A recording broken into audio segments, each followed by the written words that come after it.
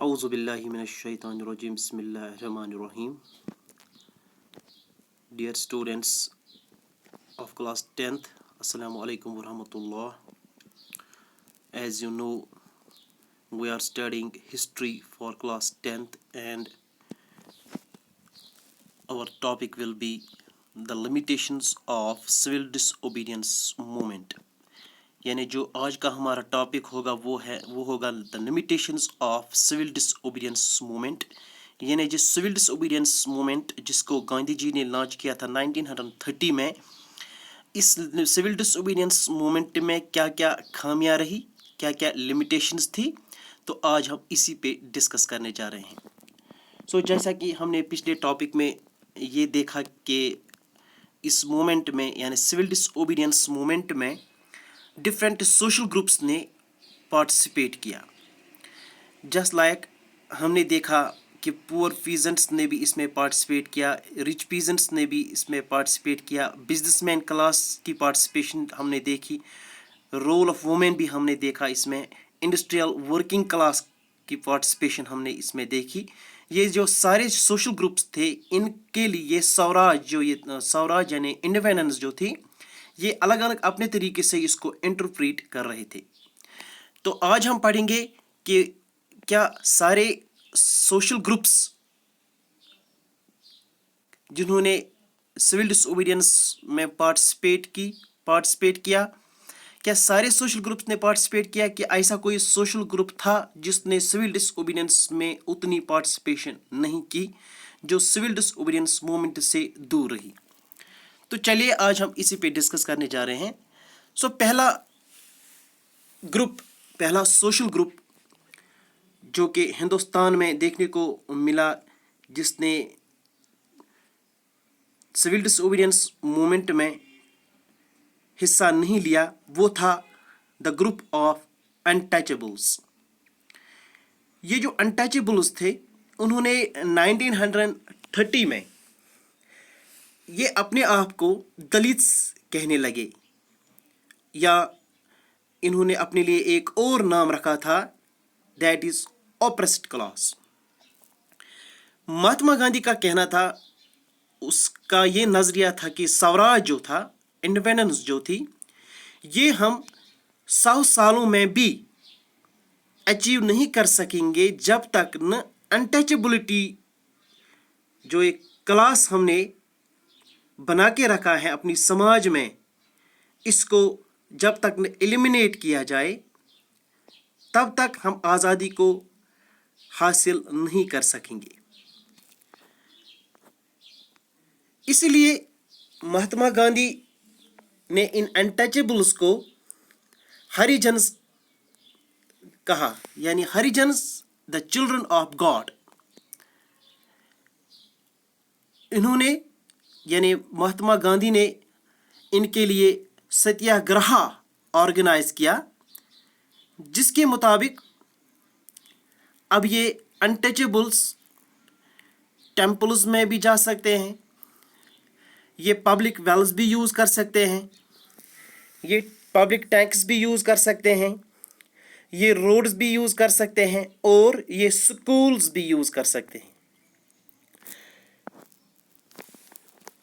Dalit leaders جو تھے ان کی ایک خاص ڈیمانڈ تھی، یعنی انہوں نے سول ڈس اوبیڈینس موومنٹ میں اتنا حصہ اسی لیے نہیں لیا کیونکہ ان کی کوئی خاص ڈیمانڈ تھی. جسٹ لائک یہ کیا ڈیمانڈ کر رہے تھے؟ یہ ڈیمانڈ کر رہے تھے that some reserved seats in educational institutions.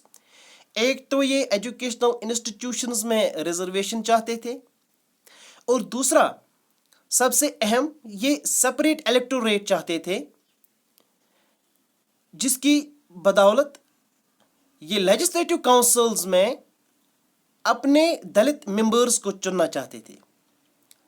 In short جو یہ دلتس تھے they were demanding separate electorates in the legislative councils.